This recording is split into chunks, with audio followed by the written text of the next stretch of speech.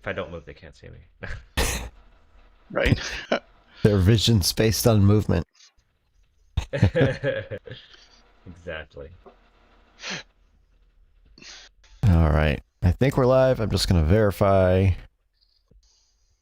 Hey, we're live. I see Wow. video. Hooray. All right. I'm actually impressed. I know that we have a start time. I'm surprised how many people are on or catching us live like as soon as we go on. It's I don't know, how many do we have live? it's 7. We have 7 live? Yeah. Yep. That's so awesome. It's also a little sad. My son is live streaming Minecraft, and I think he's a few hundred. It's like, God damn it. uh, it's different though. It's different. I mean, It is. It's different. It's different. you have to when you're listening to us, you can do it for entertainment and all this other fun stuff, but the Minecraft they just sit in the back and or just leave it on as like, you know, It background just music, goes. right? Yeah, Yeah, exactly. Like you're not gonna do that necessarily with our stream, but who knows? I don't know. I'm not gonna tell you Maybe what to they do. do. Maybe Maybe they they're like, do. those guys are soothing. It's like This white ASMR. noise. All right, Ralph. That's our next podcast. Right now. Yeah, hackers do. Now we're gonna be talking. We're gonna be talking about Hackers the do white music, noise. Is right? that It's what you're gonna say? Yes. like marshmallows, and all these different things. Nice. You're gonna like it a lot. So John, yeah, I can't hear you. you've seen those SMR videos, haven't you? No, Where it's yeah. literally just someone talking nonsense and whispering, and it like puts people to Oh sleep. my God. Or they Really? pick up an orange I and tried- just scratch it with a toothbrush. And Yeah, exactly. I didn't realize that was a thing. it's a It very is. big It thing. is. It's a huge thing. There are, well, on the serious side, there are many people who say that it helps them relax their mind. Oh. Yeah. I've been doing meditation. I think that helps a little, Just take a little, they got those little meditation apps, talk to you, just sit there and halfway fall asleep, but don't, just kind of relax your mind. I don't know. All right, I'm going to hit the thing. Oh, he's doing it. Let's do it.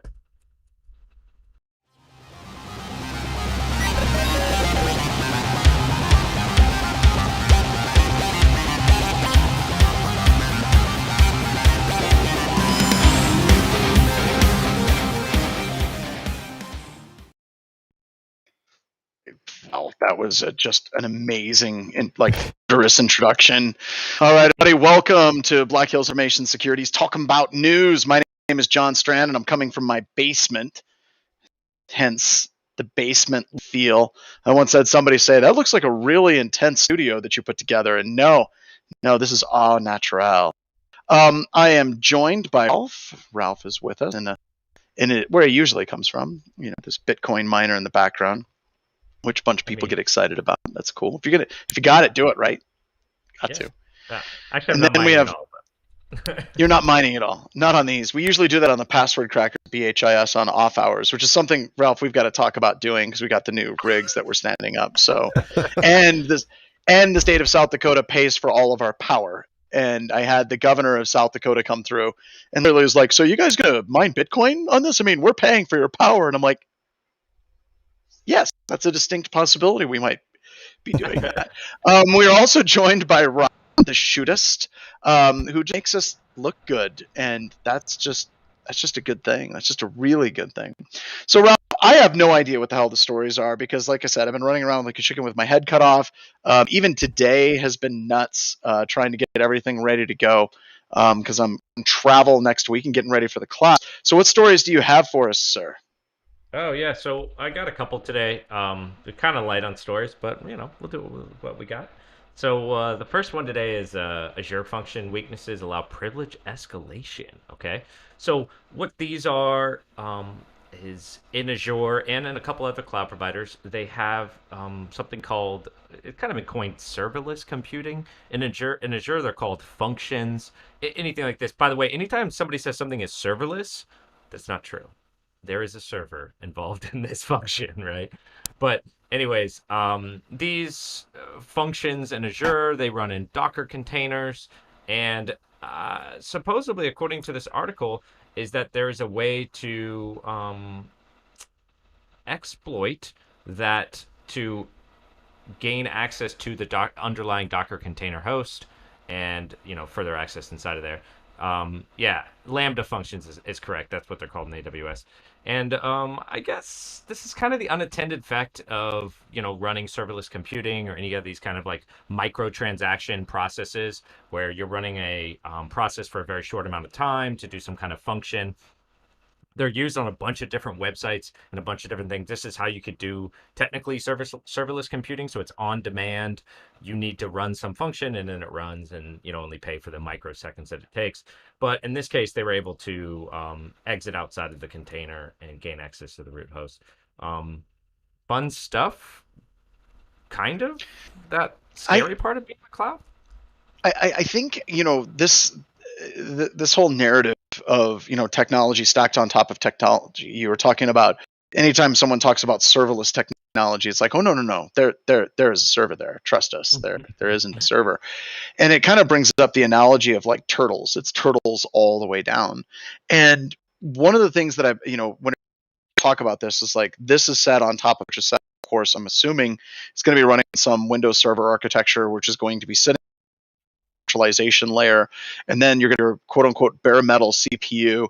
And then what a lot of people don't understand is that turtles go even further than that, right? Like you get all the way down into it's like ring -3, I think.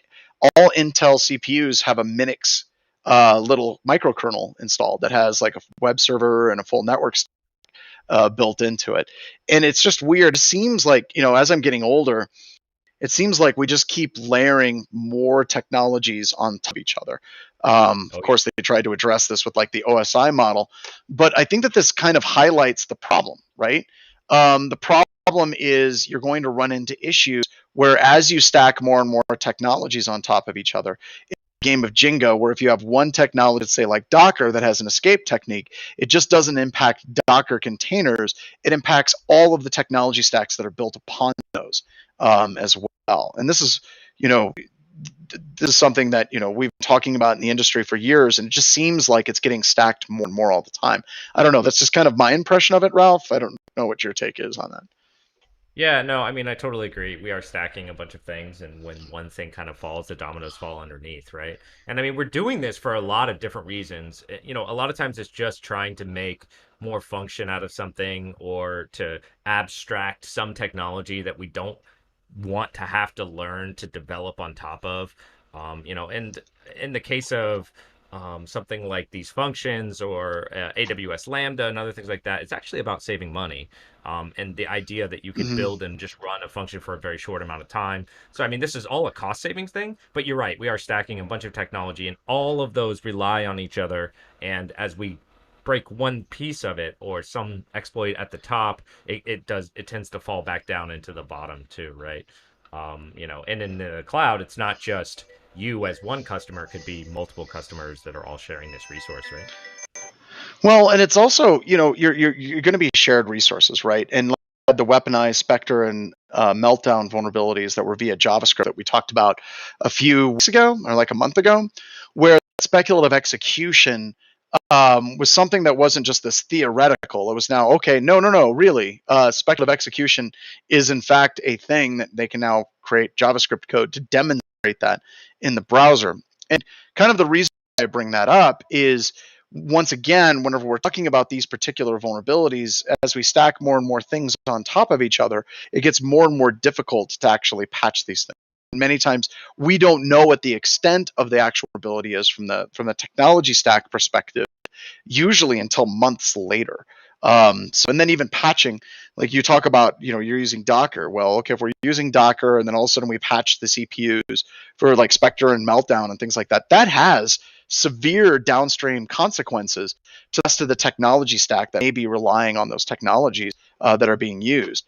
So the thing that sucks about these articles is I think they're fun to talk about, Ralph. Like we get on these shows and we're like, hey, this is neat. And that's fun. Neat is fun. What the hell do companies do about this? I mean, is there any like action that can be taken from these particular articles that is useful for anybody that's listening to the show? Or is it kind of like Indiana Jones?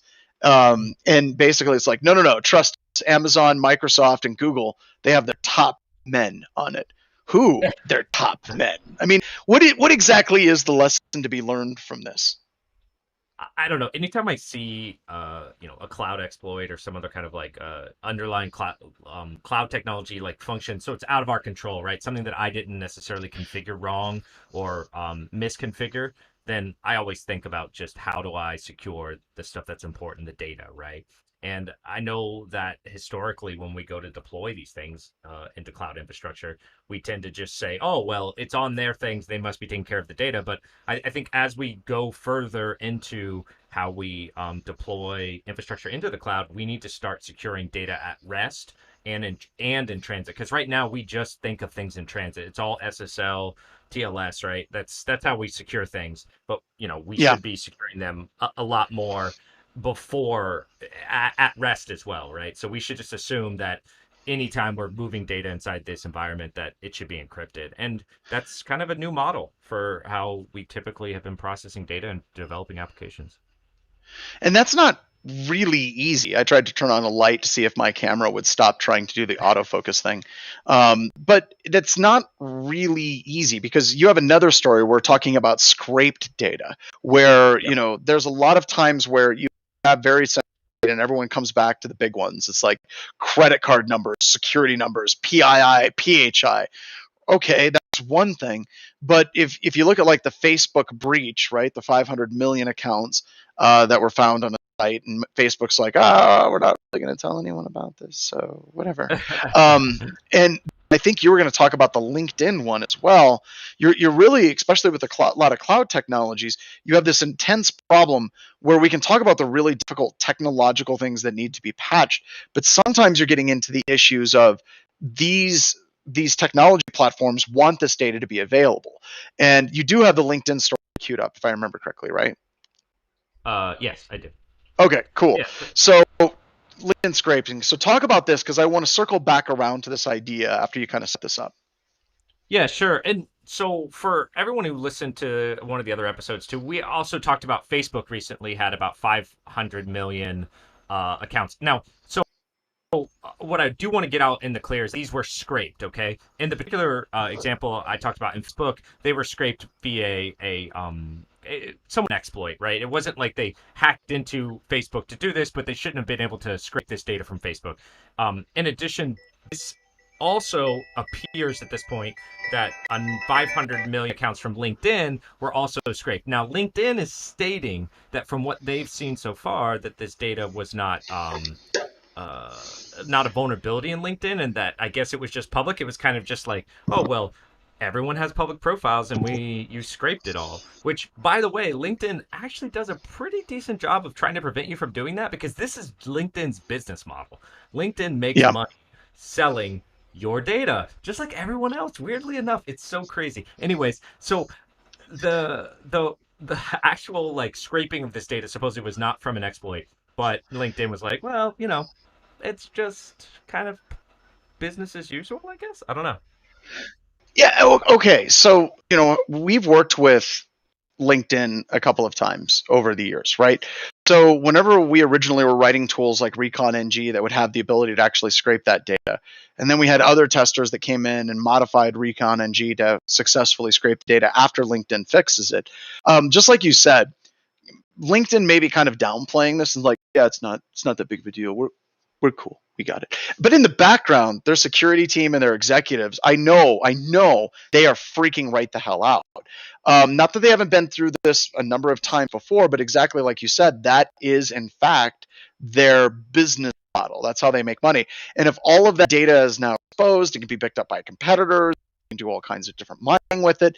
And it absolutely matters, but this into how hard it is to try to quote unquote secure that data. Because if you want it to be public for your users, but you don't want people to scrape it, you're in this really weird space, right? You want that data to be available for a human being, but you don't want someone to scrape it. And originally you could just say, well, this IP address is trying to access this many profiles this quickly. Now we can use things like API gateways, Lambda functions. You can go through bots and you can now start hitting that data. For a while with LinkedIn, if you had to scrape with your account, like if you have an account, let's say that has 20,000 first connection, pay for it. They will allow you to pull the data for like third or fourth connections out.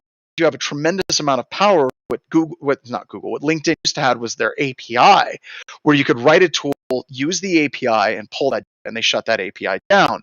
Then they got into the problem where they wanted their data to be scraped by Google because they wanted people to do a search for like John Strand, insecurity not male model, and LinkedIn would pop up as one of the search results. So you want Google to be able to access that data, but not anybody else. So people were changing their user agent strings to look like Google so they could scrape the data. And then LinkedIn got wise to that. And then after they got wise to that, what a bunch of security researchers found is screw it. I'm not even going to go to Google. I'm not even going to go to LinkedIn. I'm just simply going to do Google searches and scrape the search results that are cached for LinkedIn. And I'm sharing all this because like cat and mouse game that these companies go through where they want the data to be public, but they don't want it to be that public. Oh yeah. No, they. It's just funny because I've actually gone through all this stuff that you're talking about with like trying to scrape data from LinkedIn and them trying to actively stop it because it's actually part of their model. They're trying to sell access to this data to recruiters and other people. There's tons of downstream consumers of you as a business professional network. But yeah, the whole thing is pretty funny, and you're right. They probably are more worried than they're actively talking about, and they're probably doing a lot of research to make sure that this data wasn't acquired, through some other means. I mean, I'm pretty sure LinkedIn's been hacked before. It seems like everyone has been, like at some point. I don't know. It's weird, but the bigger they are, the bigger the hack is. But this is not going anywhere, and don't be surprised to see more big database dumps like this. And I also forgot when I was reading this article that Microsoft owns LinkedIn too. So, Microsoft's got all of our data, dude. It's either Microsoft or Well, Google at this point. you're going to be owned by somebody. You just got to somehow like come to Who's your grips with that. daddy? Yeah, daddy. At least you get to choose, right? It's not like it's just being chosen for you, right? WizPro just said we're not public, just a little public. It's never just a little bit public. It doesn't work that way, right? I, It's very very difficult to do this. so I checked my sources, and it doesn't look like this is like easily available for download. I think it is still for sale of some sort, right? And so, but it will be out there at a certain point. And this just goes into there's all kinds of good uses for this data, by the way. I mean, it could be anything from spamming people to other kinds of more advanced or targeted attacks on people. But as LinkedIn stated, a lot of it is public information, so your social's not But that private. all is also interesting. And what we're seeing with a lot of these different dumps is what attackers do is they will take the from LinkedIn and then they'll correlate it and then connect their data from other places. Let's say there's another website that has names and addresses. I don't know. Let me think. I know. How about voter databases? So you can actually go in and you can start connecting this LinkedIn data, voter database data, and then you can start them together. Now you have like the super data set where you have like LinkedIn data where this person works and all these things where they have worked, now coupled with their possible political affiliation and their address. And then you can tie it up with another database, let's say a background check database that has too much data that's publicly available, where you're going to be able to get some possible criminal records. So they start Yeah. taking this data and like kind of like transforming it and sticking it all together, I guess, Voltron, and sticking it there. And then you start seeing these data dumps where it's interesting. The security community is like, this is a really big data dump with a lot of data. Where the hell did this come from? The answer is everywhere. Yeah, data warehousing is a very big business, and a lot of that information is being sold to so many different people and so many different what do you call it? verticals, right? So it's not just Yeah, market verticals. it's not all just illicit activity, and so and that some of that data though does trickle on its way down into being utilized in more malicious activity and attacks and other things like that. While it may have originated for something like a background check or some other kind of data warehousing that just sells off all this stuff. So it's wild. It is wild how much data we have or that is out there about everyone out there, including myself and a lot of other things that is just sitting there waiting to be scraped or accessed or utilized, and regretfully, sometimes malicious manners. So One of my favorite data breaches was the OMB hack. You remember years ago, anybody that had a clearance, SF-86s were compromised, and it was all public. And I was working with a company right after that happened, where they got compromised, and some people in the DoD were like very angry about this, and they literally led with the defense when they were talking with their prime contract representatives on the government side. They literally said, "Hey, this breach seems bad. I want to make it very clear there's nothing in our breach that wasn't already breached in the OMB hack, where the SF-86s were breached for everybody that had a clearance." And it was so interesting to see a bunch of people in the intelligence community and DoD community who were angry just go like, "Oh, well, good point. Good point. It's already been hacked." And it was like that was the end of the argument. Like everyone's like, no, we're cool. Everything's hacked anyway. It was just like mind blowing. So yeah, that was a wild one too because it was definitely a nation state in the sense of like that data never appeared on the internet. It will it's not gonna you're gonna find it on some public website to go download all these SF-86 documents, right? That was yeah, straight up, we got this, but we just gonna keep this for ourselves because that was the whole point, you know, right? it wasn't publicly available. It was a great excuse to say, look, this is bad, but it isn't that bad. And everyone's like, good point. It's not Equifax bad. It's not Target bad. You get a gold star. Congratulations. Right? So, all right. Yeah. So what else do you got? Sure. Let's talk about that nuclear facility. Nenzance. Yeah. Nuclear. So Nuclear. That's what I'm sure. I'm always terrified to nuclear. mispronounce it. Nuclear. Um, It's nuclear, Lisa. But so I mean, I would guess this is a cyber attack, right? The details are about as fuzzy as it's gonna get, but the general gist of the story is that this nuclear reactor facility lost power uh, and in that's Iran, bad. and that's And that's bad. no. So is So it? Oh, go ahead. I was just gonna say, as soon as you hear something like this just randomly loses power, you can pretty much assume that this was on purpose, right? Like, Yeah, not just an accident. In addition to that, they're blaming, who were they blaming again? Um, I thought they were blaming Israel for it. yeah, I think they are. Yeah, I think they are blaming Yeah, Israel. which is a safe bet. I mean, come on. Wispo just said, "Hey, are you sure that they paid their bill?" Because that would be like the most classic thing ever. It's like, oh, they didn't pay their bill out at Nenzance. The great people at Bashir, they pay their bills all the time, but Nenzance, we shut their power down. Um, I, so this gets into that hot nation state on nation state action, Ooh. and I this also gets into the area of what can we do about it. Well, if we look at like Iran as kind of the United States and Israel's whipping boy for a number of years from a cyber perspective, it's been interesting, right? Because if you look at some of the earlier cyber attacks, if you go all the way back to Stuxnet, you can look at the Stuxnet attack, and yeah, it's pretty much Israel and the United States. Possibly Russia could have pulled it off, but more than likely it was the United States and Israel. And there's been movies and documentaries, and it's been overly dramatized. But for whatever it's worth, that's where you have nation states attacking the operations of another nation state that's refining uranium, which is bad because we don't want them to do that for a wide variety of reasons. But the thing that always cracks me up, though, is as we learn more about what Iran was doing, you find out that their computer security looks like it's ran by Keystone Cops. I remember there was a video where Iran was giving a tour of the plant, and they had a bunch of screens out in front of them, and they were all running like Windows XP. And in the lower right hand corner, you could see the Microsoft Genuine Advantage error was saying that this version of Windows XP was not licensed, right? And you see things like that, and you're like, I think there's probably some pretty good reasons why they were actually compromised relatively easily. In this particular situation, I'd love to know what the scenario was that they actually shut down power to that plant. And people may say that doesn't seem like a big deal, but if you're looking at like chemical processes, especially chemical processes with fissile material, if you lose power, that can destroy an entire batch or multiple batches that are going through the refinement process, and you have to start back at zero as a best case scenario.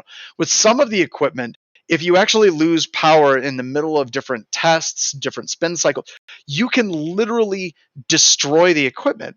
Further, it depends on how power was actually shut down. Was it just shut off, like a full blackout? Was it a sag? Was it a surge? Was it a brownout? Because all those different things have different impacts on equipment. So this really matters. And this also shows that this is kind of like what happened in Ukraine, where if you can shut down power, that's that direct connection between the cyber world and the physical world with direct kinetic impacts.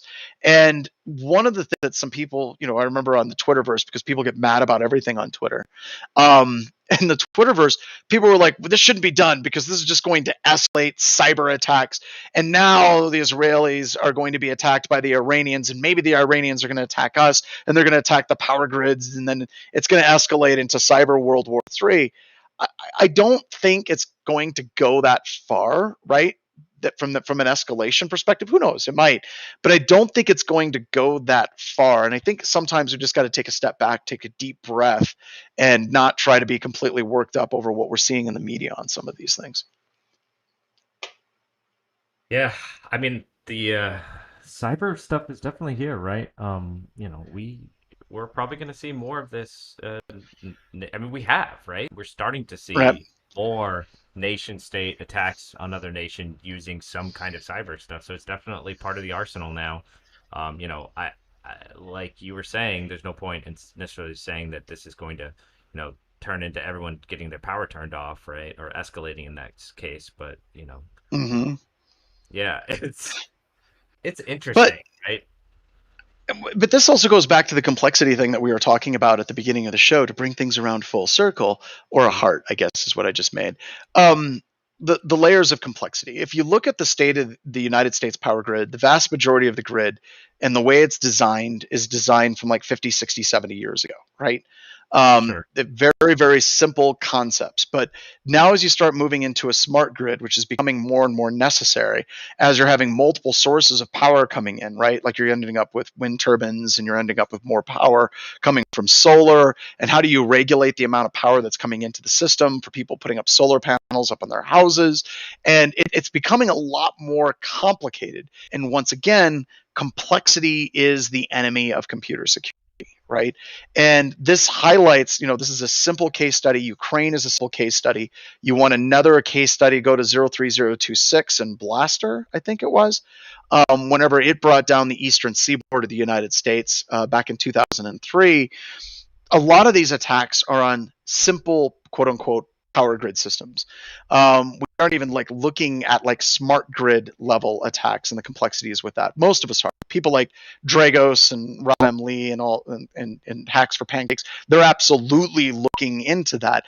And one of the things you'll notice whenever you sit down and you have a conversation with Rob M. Lee is just how terrified these individuals are, because there's so many different groups and there's so much technology that's getting influxed into the system with very little actual good security infrastructure being put on top of it. And we're trying to take this new technology and shoehorn it in an old way of doing things, and that creates shortcuts. So it's going to get bad. It's going to get bad. And Galaxy D said everyone will have to go to off grids, maybe, right? But it's showing that level of complexity, and you're going to see this as a theme in security. Like the more complexity and the more legacy technology you're trying to stack crap on top of, the more you're going to have like additional security vulnerabilities across the board. guess, Ralph, once again, we got this story. It's like, what the hell do people do about this? I mean, this is an interesting story, but what do you do? Like, do you just do what Galaxy Y or Galaxy D says, which is like, screw it, just off grid. That's fine. Yeah, no, I mean that's what it is. It's a story about what's going on in the world, but as far as like how do I secure my corporation or whatever from this, it's we got no hints, man. Like this is it's kind of it's much bigger than that, right?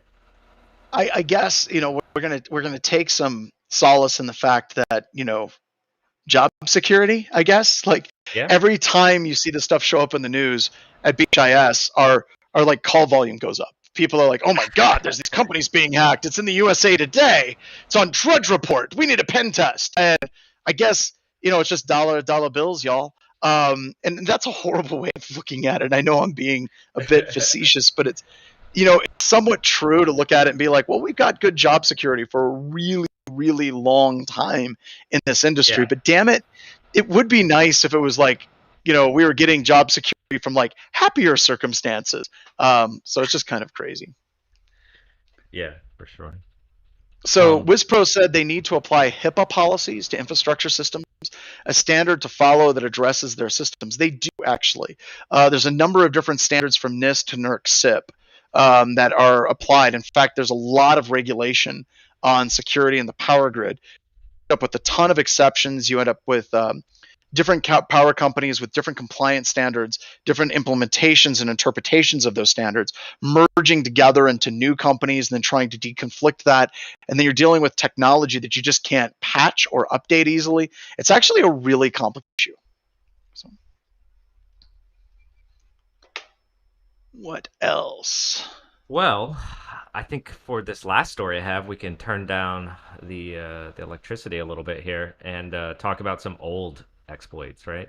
So Tenable has an article talking about three different CVEs that currently right now are being targeted by APT actors. So this is CVE. It's one from 2018, one from 2019, and one from 2020. So it's kind of a stack of a bunch of different CVEs that have been released. Can you throw Ryan the link in the chat real quick? Bring it up for everybody. Yeah, sorry, I didn't realize he did not have it. Here we go. You just throw it in the chat. Oh yeah, we got it. So what's interesting about this is that the article is kind of just talking about that there's a bunch of these attacks going on, but the bigger theme here is that they're going after firewalls because that's the front door, and these firewall attacks are really kind of a one and done, right? The CVEs were a path transversal, default configuration, and improper authentication. Now, again, some of these are older, and some of them, like the 2020 is a CVE 9.8, and it's improper authentication on the Fortinets. So, and they're actively being exploited in the wild, right? I got a VP, dude. I got a firewall. We're good. We're good. Security is set, right? But if you look at Fortinet and a lot of their devices, they're targeted small, medium-sized businesses, right? Mm-hmm. And a lot of those small, medium-sized businesses, just like you said, they're not going to patch regularly. Even people that are managed, like Fortinet does a bunch of work with MSSPs where they manage the firewalls for their customers. They don't even do a good job of patching and updating their systems as well. And you see this replicated. Of course, it's being used by APTs. Oh, Blake, we're going to talk about Firewall later on this week. We're talking about the APTs, of course, but if you look at the NSA, and if you could scroll down to the CVSS score a little bit, I'll talk about that too. The other thing that's interesting about these is if you look at the NSA and the CIA breach for Vault and shadow brokers, there was a ton of remote exploits for Soho devices and Fortinet devices, in that dump, because they use it, right? They use those types of attacks a lot. That's the easiest gateway into the environment. So, and by the way, I want to I got to throw shade a little bit at Tenable. This just pisses me off. All these companies, from Qualys to Tenable to Rapid7, they are always talking about prioritizing their scores. And if you look at this one, it's got a CVSS score of 9.8, and then Tenable's own vulnerability priority rating is 9.